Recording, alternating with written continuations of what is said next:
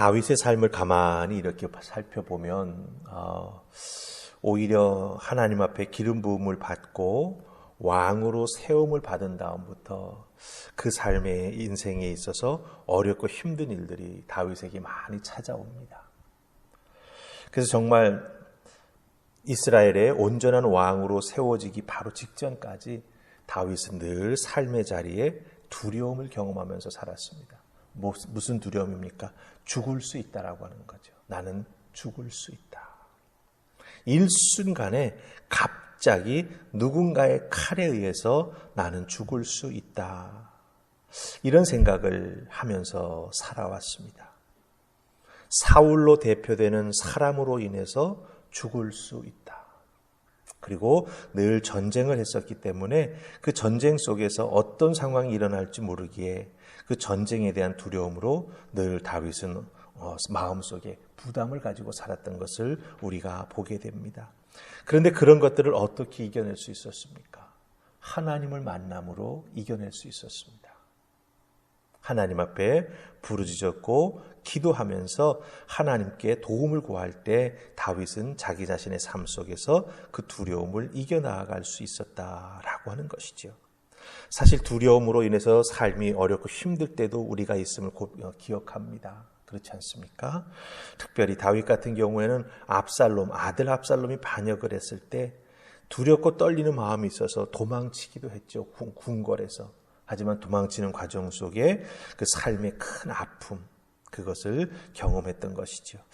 그래서 그런 것들을 쭉 보면은 다윗의 삶에는 이 아픔과 두려움이 사실은 떠나지 않았구나라고 하는 것을 우리가 보게 된다라고 하는 것입니다. 이게 우리에게 가르쳐주는 게 무엇입니까? 우리들도 우리들의 인생의 모습은 다를지 모르지만 다윗과의 모습은 다를지 모르지만 두려움이라고 하는 것은 실제하고 있다라고 하는 거예요. 사람마다 상황이나 조건이 다르기 때문에 또 거기에 대처하는 삶의 자세가 다르기 때문에 두려움이라고 하는 건 여러 모습으로 찾아올 수 있다라고 하는 거죠.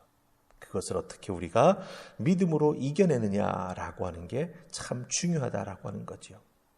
다윗이 그 두려움을 이겨나가는 모습을 오늘 시편 27편에서 우리가 함께 찾아보고 그 다윗의 모습을 통해서 은혜를 받고 그 다윗의 모습을 통해서 우리가 이렇게 두려움을 대처해 나가면 되는구나라고 하는 것을 배우게 될 때, 깨달아 알게 될 때 우리들은 우리들의 삶의 자리에서 우리를 공격해오는 두려움도 극복해낼 수 있다라고 하는 것입니다. 그래서 오늘 주신 말씀을 통해서 다윗은 자기의 삶에 찾아온 두려움을 어떻게 경험했는가?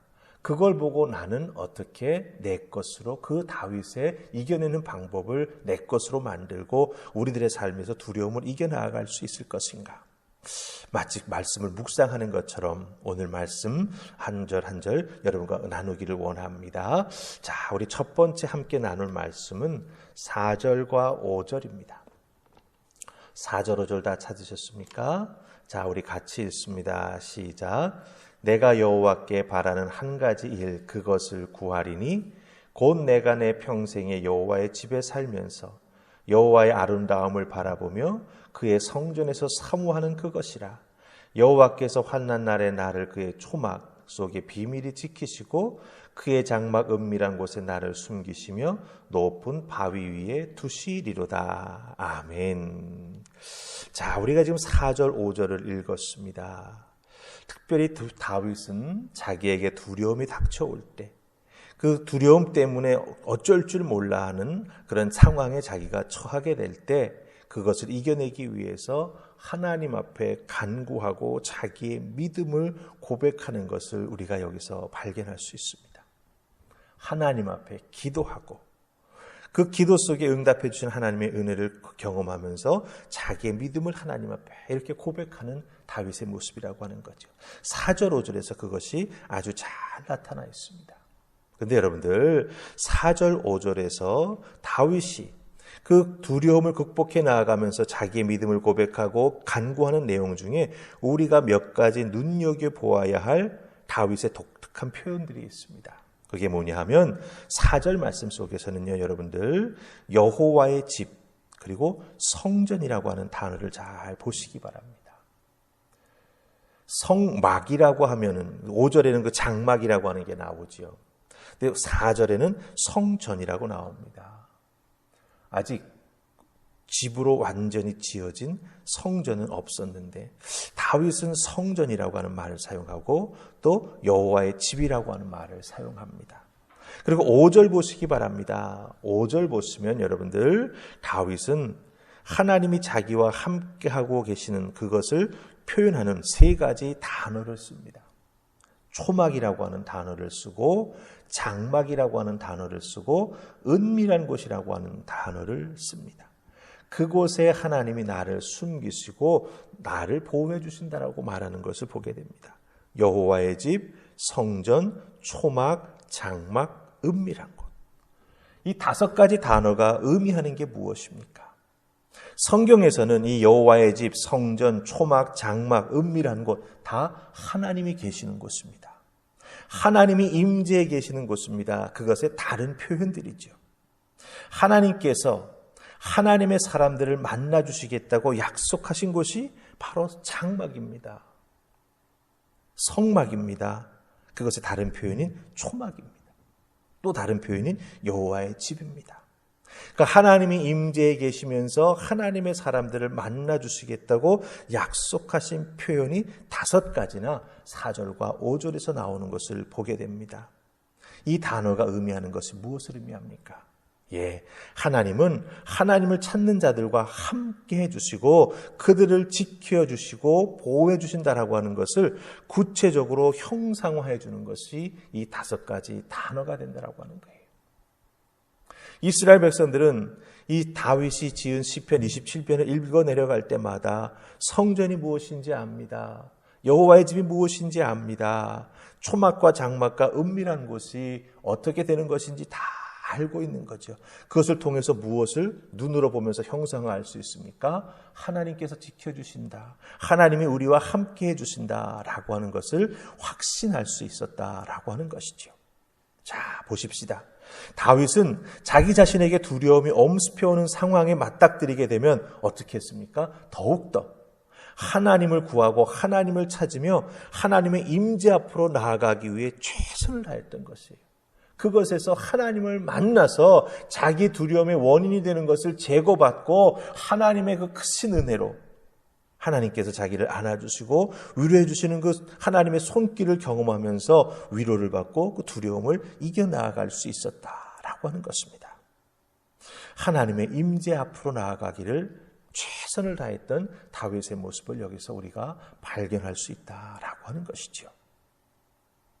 하나님은 우리의 아픔을 어루만져 주시는 귀하신 분이십니다.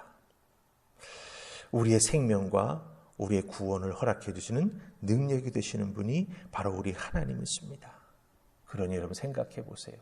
어렵고 힘들 때, 두려움이 느껴질 때, 또한 마음속에서 주체할 수 없는 눈물이 솟아날 때, 그때 어떻게 해야 됩니까? 다윗처럼 그것을 이겨내고 그것을 통해서 하나님의 은혜를 경험하기 위해서 하나님이 나를 만나줄 수 있는 그것을 형상화하면서 부르짖고 구하며 나아가는 우리가 되어야 한다라고 하는 것이죠. 여호와의 집, 성전, 초막, 장막, 은밀한 곳. 이 5가지 우리들 중에도 다 있습니다. 그렇다고 한다면 여러분들이 두려움을 느낄 때 혹은 혼자 있는 것 같은 그런 외로움을 느낄 때 그럴 때 어떻게 되겠습니까? 이와 같은 하나님의 나를 만나주시는 그 장소를 찾으시면서 또 그것을 부르짖으면서 하나님의 은혜를 덧입을 때 하나님의 위로, 하나님의 함께 해주심이 여러분과 함께 할 줄 믿습니다. 이 다윗이 형상화해서 하나님을 만나는 것을 불렀던 것을 꼭 기억하시고 여러분들도 여러분의 신앙의 자리에서 하나님을 만날 수 있는 것을 형상화해서 꼭 부르시면서 그 은혜를 덧입는 여러분들 되시기를 주님의 이름으로 축복합니다. 자, 이제 우리 한 곳 더 보십시다. 오늘 말씀 10절입니다. 다윗은 어떻게 두려움을 이겨나아갔는가? 우리 10절 같이 했습니다. 시작. 내 부모는 나를 버렸으나 여호와는 나를 영접하시리이다. 아멘. 우리들이 인간으로서 가장 잘 알고 있는 게 뭡니까? 부모는 자식을 포기하지 않는다라고 하는 거죠. 그런데 우리가 뉴스를 보면 그 자식을 포기하는 부모들이 있습니다. 우리가 깜짝깜짝 놀라지요. 자, 다윗이 10절에서 말하는 바를 보시기 바랍니다. 내 부모는 나를 버렸으나 여호와는 나를 영접하시리이다. 이렇게 말합니다. 이게 무슨 뜻입니까? 하나님은 하나님이 택하신 하나님의 자녀를 결코 포기하지 않으신다라고 하는 거예요. 잊어버리지 않으신다라고 하는 겁니다. 우리가 처해 있는 상황, 마치 우리가 버림받은 것 같은 느낌을 갖게 만들기도 하지요. 그렇지 않습니까? 네. 정말 아무것도 없는 자리에 나 혼자 있다라고 하는 느낌을 받게 만드는 상황에 우리가 처할 때가 있습니다. 그 상황에 처할 때 때로는 우리가 정신적으로 힘들게 되기도 하죠. 마음이 아파지기도 합니다.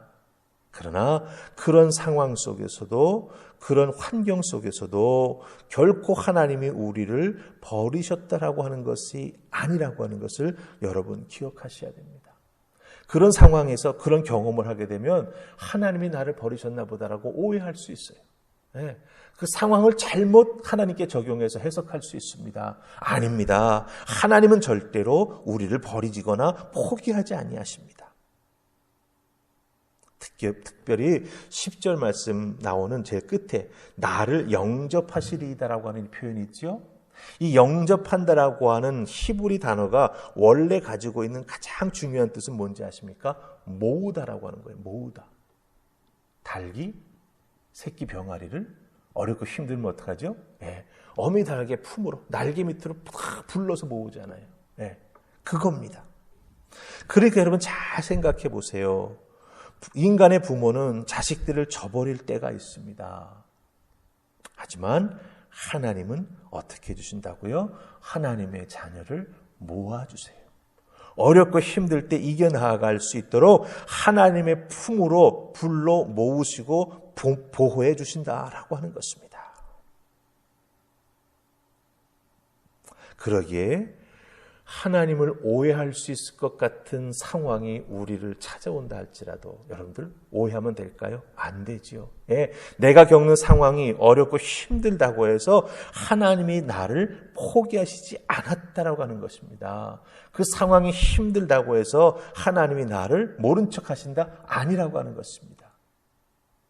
오히려 그 상황을 통해서 하나님 앞에 더욱더 우리가 간절히 나아갈 수 있도록 하나님이 팔 벌려 우리를 안으실 모습만 보여주어도 그 하나님 품으로 달려갈 수 있도록 우리에게 하나님을 향한 간절함 가질 수 있도록 우리의 삶을 하나님께서 이끌어주고 계시다라고 하는 것을 꼭 기억하시고 상황이 아무리 우리를 힘들고 어렵게 한다 할지라도 하나님이 우리를 버리신 증거가 아님을 기억하시고 하나님을 찾으시면서 다윗처럼 두려움을 이겨나가시되 특별히 하나님은 우리를 영접해 주십니다. 우리를 모아 주십니다. 우리를 지켜 주십니다. 그 하나님과 오늘도 동행하며 승리하는 여러분 되시기를 주님의 이름으로 축복합니다. 아멘. 우리 기도하십시다. 좋으신 하나님 은혜 감사합니다. 오늘도 이 새벽 저희들을 주의 전으로 부르셔서 다윗이 두렵고 어렵고 힘들 때마다 그것을 어떻게 이겨나아갔는지 다윗의 입술의 고백 시편 27편을 통해서 깨달아 알게 해주시니 감사합니다. 주님이 함께하고 계심을 기억하게 하시고 세상이 나를 포기하고 버린 것 같지만 하나님은 나를 포기하지 아니하시고 지키시고 오히려 불러 모아주신다라고 하는 것 꼭 기억하면서 좋으신 하나님 앞에 더욱 감사하며 하나님만 따라 나아가는 우리 모두 되게 하여 주시옵소서. 하나님 앞서가실 때 그 뒤를 따라가면 우리는 결코 실패하거나 두려움에 빠지지 않음을 기억하게 하시고 믿음의 눈 크게 뜨고 하나님만 따라 나서는 우리 모두 되게 하여 주시옵소서. 감사하옵고 예수님 이름으로 기도하옵나이다. 아멘.